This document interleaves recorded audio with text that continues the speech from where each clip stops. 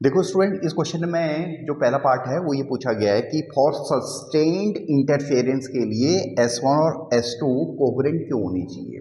ठीक है, कोहेरेंट का मतलब है जो चेंज S1 में हो रहा है वही चेंज S2 में होना चाहिए। ठीक है, तो देखो बच्चों, कोहेरेंट नहीं होगा तो इंटरफेरेंस तो जरूर होगा बट सस्टेन्ड नहीं होगा। सस्टेन्ड का मतलब यह है जैसे इस पॉइंट P पे मैक्सिमा बन रहा है अभी, ठीक है, कोई कंडीशन है जिसपे मैक्सिमा बन रहा है, क्योंकि वेव्स आपस में सिंक नहीं है।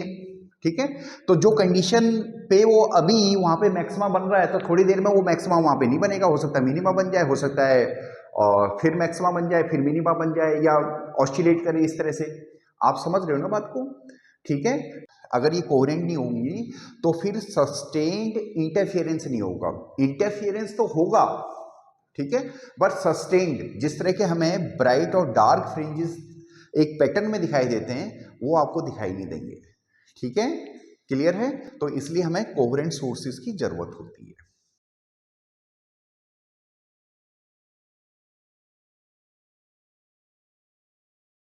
ठीक है, अब दूसरा पार्ट हमें क्या दे रखा है, वो ये दे रखा है कि यहाँ पे पाथ डिफरेंस लैम्डा है।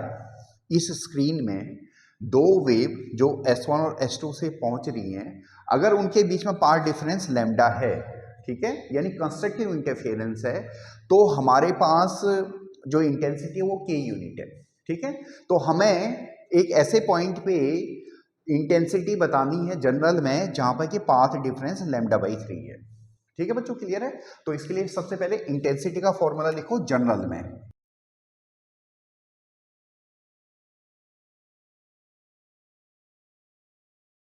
जनरल में इंटेंसिटी का फॉर्मूला ये होता है 4I0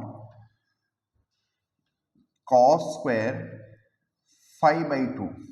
ठीक है, और फाई हमारा क्या है, फेज है, फेज डिफरेंस है दो वेव जो किसी जनरल पॉइंट P पे पहुंच रही है, उनके बीच का फेज डिफरेंस फाई है। ठीक है बच्चों, क्लियर है। अब देखो, इसका मतलब हमें फाई की वैल्यू कैलकुलेट करनी है। ठीक है, क्लियर है। आप देखो, पाथ डिफरेंस, ये पॉइंट P को मान लो आप, तो पाथ डिफरेंस यहां पे दो वेव के बीच कितना है, λ/3 है। ठीक है, क्लियर है। तो हमें मालूम है अगर पाथ डिफरेंस लैम्डा होता है तो फेज डिफरेंस कितना होता है, 2π रेडियन का। कितना होता है, 2π रेडियन का। ठीक है, और अगर यूनिट बोलो लैम्डा यूनिट, यानी लैम्डा यूनिट का अगर पाथ डिफरेंस है तो फेज डिफरेंस 2π का होगा, और अगर एक यूनिट का पाथ डिफरेंस है तो फेज डिफरेंस कितना होगा, 2π/λ। ठीक है, क्लियर है। ये यूनिटरी मेथड से करवा रहे हैं। और अगर पाथ डिफरेंस λ/3 है तो फिर फेज डिफरेंस कितना आएगा हमारे पास, 2π/λ इंटू λ/3, ये कट जाएगा, दैट इज 2π/3। ठीक है बच्चों, क्लियर है। क्लियर है, तो फाई की वैल्यू हमारे पास कितनी आई, 2π/3 आई। ठीक है, क्लियर है।